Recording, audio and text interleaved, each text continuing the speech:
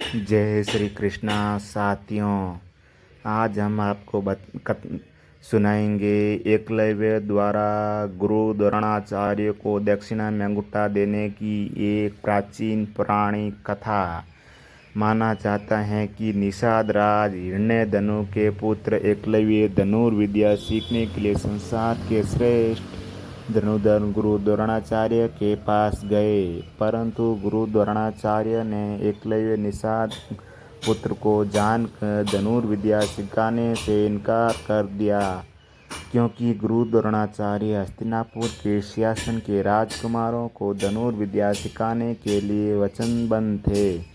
जिसके उपरांत एकलव्य ने गुरु द्रोणाचार्य के चरणों में मस्तक रखकर प्रणाम किया और वन में लौटकर उनकी मिट्टी की प्रतिमा बनाई। इसी प्रतिमा को आचार्य की परमोच्च भावना रखकर एकलव्य ने धनुष विद्या का अभ्यास किया। दनकोर में बसा यह द्रोणाचार्य मंदिर वही स्थान है जहाँ गुरु द्रोणाचार्य की प्रतिमा बनाकर एकलव्य ने धनुर्विद्या का अभ्यास किया था। अपने कठिन परिश्रम तथा लगातार अभ्यास से एक धनुर्विद्या में अत्यंत पारंगत हो गए थे। एकलव्य के श्रेष्ठ धनुर्धर बनने के पश्चात एक दिन पांडव तथा कौरव राजकुमार गुरु द्रोणाचार्य के साथ शिकार के लिए वन भूमि पहुँचे। राजकुमारों का कुत्ता एकलव्य के आश्रम में जा पहुँचा तथा जोर जोर से भौंकने लगा। कुत्ते के भौंकने से एकलव्य का ध्यान भटकने लगा, जिस कारण एकलव्य ने अपनी धनुर्विद्या के प्रयोग से कुत्ते के मुंह को बाणों में बंद कर दिया। एकलव्य ने उतनी ही कुशलता से बाण चलाए कि कुत्ते को बाणों से बिल्कुल भी कष्ट नहीं हुआ।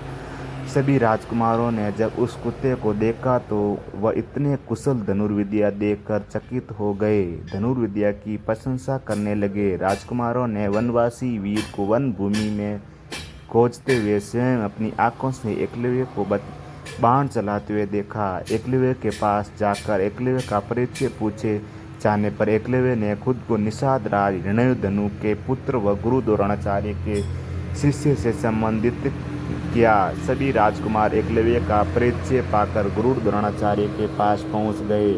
गुरु द्रोणाचार्य को सभी घटना के बारे में अवगत करवाया। राजकुमारों की सभी बातों को सुनकर स्वयं गुरु द्रोणाचार्य एकलव्य से मिलने के लिए वन के लिए निकल गए। एकलव्य ने गुरु द्रोणाचार्य को अपने समीप आते देखा तो आगे बढ़कर उनकी अवगामी की और खुद को शिष्य के रूप में उनके चरणों से समर्पित करके गुरु द्रोणाचार्य की विधि पूर्वक पूजा कर उनका सम्मान और स्वागत किया।